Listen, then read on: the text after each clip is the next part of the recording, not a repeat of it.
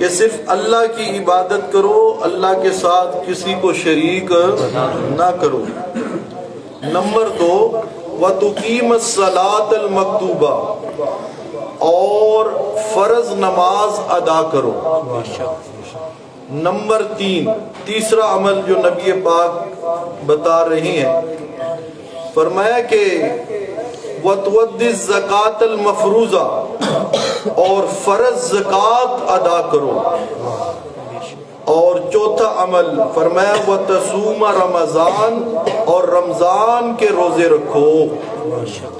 جب نبی پاک صلی اللہ علیہ وسلم نے یہ 4 عمل اس دیہاتی کو بتائے تو وہ شخص آگے سے کہنے لگا وَالَّذِي نَفْسِي بِيَدِهِ لا ازید علی ھذا شیئا ولا انقص منہ، کہ اس ذات کی قسم جس کے ہاتھ میں میری جان ہے، میں ان میں نہ کوئی کمی کروں گا نہ بیشی کروں گا۔ اب جب یہ شخص وہاں سے فلما ولا روانہ ہونے لگا تو نبی پاک صلی اللہ علیہ وسلم نے فرمایا من سرہ ان ینظر الی رجل من اہل الجنہ فلینظر الی ھذا، جو شخص دنیا میں جنتی شخص کو دیکھنا چاہتا ہے تو اس شخص کو دیکھ لے۔ اس نے نبی پاک سے پوچھا مجھے کوئی ایسا عمل بتائیں کہ میں جنت میں داخل ہو جاؤں۔ اللہ کے نبی نے کتنے عمل بتائے؟ 4۔ اس میں حج کا ذکر نہیں ہے، حج کا ذکر نہیں ہے۔ اب محدثین لکھتے ہیں کہ حج کا ذکر کیوں نہیں ہے؟ اس لیے کہ اس ٹائم ابھی حج شاید فرض نہیں ہوا تھا، اس لیے اس کا ذکر نبی پاک نے نہیں کیا۔ 4 چیزوں کا ذکر کیا۔ اب جب نبی پاک نے 4 چیزیں اس دیہاتی کو بتائی تو وہ کہنے لگا نہ اس کے اندر میں زیادتی کروں گا نہ کمی کروں گا، میں اس پر پکا قائم رہوں گا۔ تو نبی پاک اتنے خوش ہوئے، فرمایا کہ اگر کسی نے جنتی شخص کو دیکھنا ہے تو اس شخص کو دیکھ لو، یہ جنتی ہے۔ اور اسی طرح ماہ رمضان کے متعلق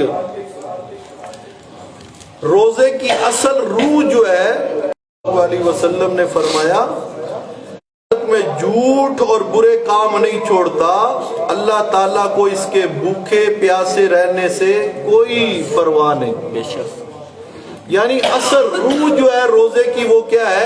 تقویٰ ہے، گناہوں سے بچنا۔ جیسے قرآن مجید میں اللہ نے فرمایا یا ایھا الذین آمنوا کتب علیکم الصیام کما کتب علی الذین من قبلکم لعلکم تتقون، یعنی روزے اللہ نے کیوں دیے؟ لعلکم تتقون، تاکہ تم پرہیزگار بن جاؤ۔ کیا بن جاؤ؟ پرہیزگار بن جاؤ، گناہوں سے بچنے والے بن جاؤ۔ اسی طرح جو ہے نماز کے متعلق فرمایا ان الصلاۃ تنہی عن الفحشاء والمنکر، بے شک نماز بے حیائی اور برے کاموں سے روکتی ہے۔ اب پتہ یہ چلا کہ جس شخص کی نماز اسے برائی سے بے حیائی کے کاموں سے نہیں روکتی، اس کی نماز حقیقت میں کوئی نماز نہیں ہے، حقیقت میں کوئی نماز نہیں ہے۔ کیوں؟ اس ساری گفتگو کا خلاصہ یہ نکلتا ہے کہ اسلام کی تمام عبادات جو ہے اس کے اندر صرف اس کا ظاہر مطلوب نہیں ہے بلکہ اس کا باطن مقصود ہے، اس کا باطن مقصود ہے کہ انسان کہ ضمیر میں یہ احساس پیدا ہو جائے کہ وہ ہر معاملے میں اللہ تعالیٰ کی اطاعت کی طرف رغبت رکھتا ہے اور اس کی نافرمانی سے بچتا ہے۔